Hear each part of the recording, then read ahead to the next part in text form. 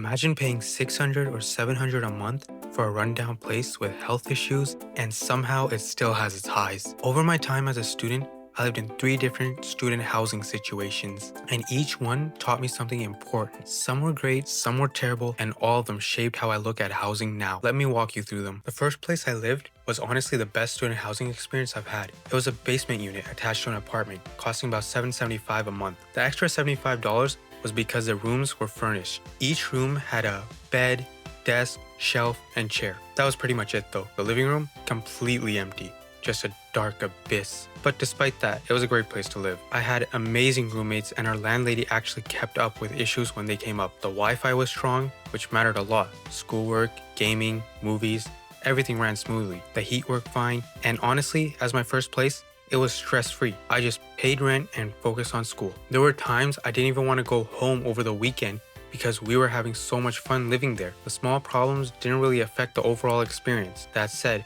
there were some issues. On a couple of occasions, our landlady would show up unannounced, sometimes even giving apartment tours without warning. The place would be messy because, obviously, and then she'd scold us for it. That was weird, and I'm pretty sure illegal or at least highly unethical. But since it only happened once or twice, we let it go. Overall though, that place set a solid standard for what student housing can be. The second place I lived was by far the worst place I've ever lived.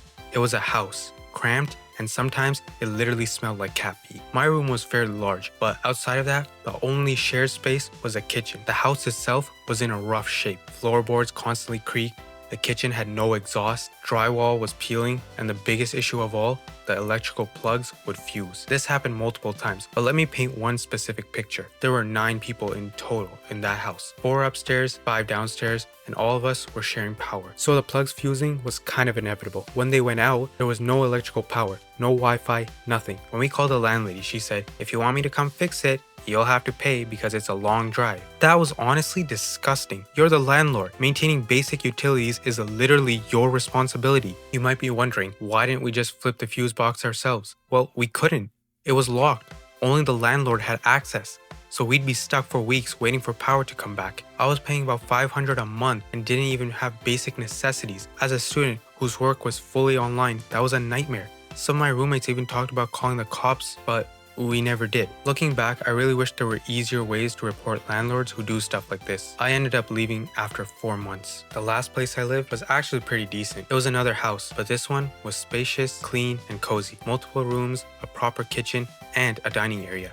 Most importantly, the landlady was easily the best landlord I had. She was kind, soft-spoken, and whenever issues came up, according to other tenants, she fixed them quickly. The only problem I personally had was that the heat didn't work well in my room, but I use a space heater, so it wasn't a big deal. I paid around $600 a month, had my own bed and desk, and while it would have been nice to have a furnished option, I really can't complain. Compared to the second place, this felt like peace. After living in all 3 places, here are the 3 most important lessons I learned. 1. Don't wait until the last second. The good places get taken fast. If you rush, you'll end up settling. 2. Pay attention during tours. Look for hidden issues, exhaust, heating, fridge, etc., etc. If there are problems, make sure the lease clearly states the landlord will fix them. 3. Get along with your roommates. No matter how long you live together, make the effort. That means cleaning up after yourself, not blasting music, and being self-aware. Your roommates can make or break your experience. After all this, I eventually decided to just commute to university. It was about an hour away, but financially and mentally, it made more sense. No moving stress, no landlord headaches. If you're watching this and you're about to move out for uni, good luck. Stay calm, be smart with your housing choices, and take advantage of every opportunity you get. And with that, I'll be signing off. Goodbye.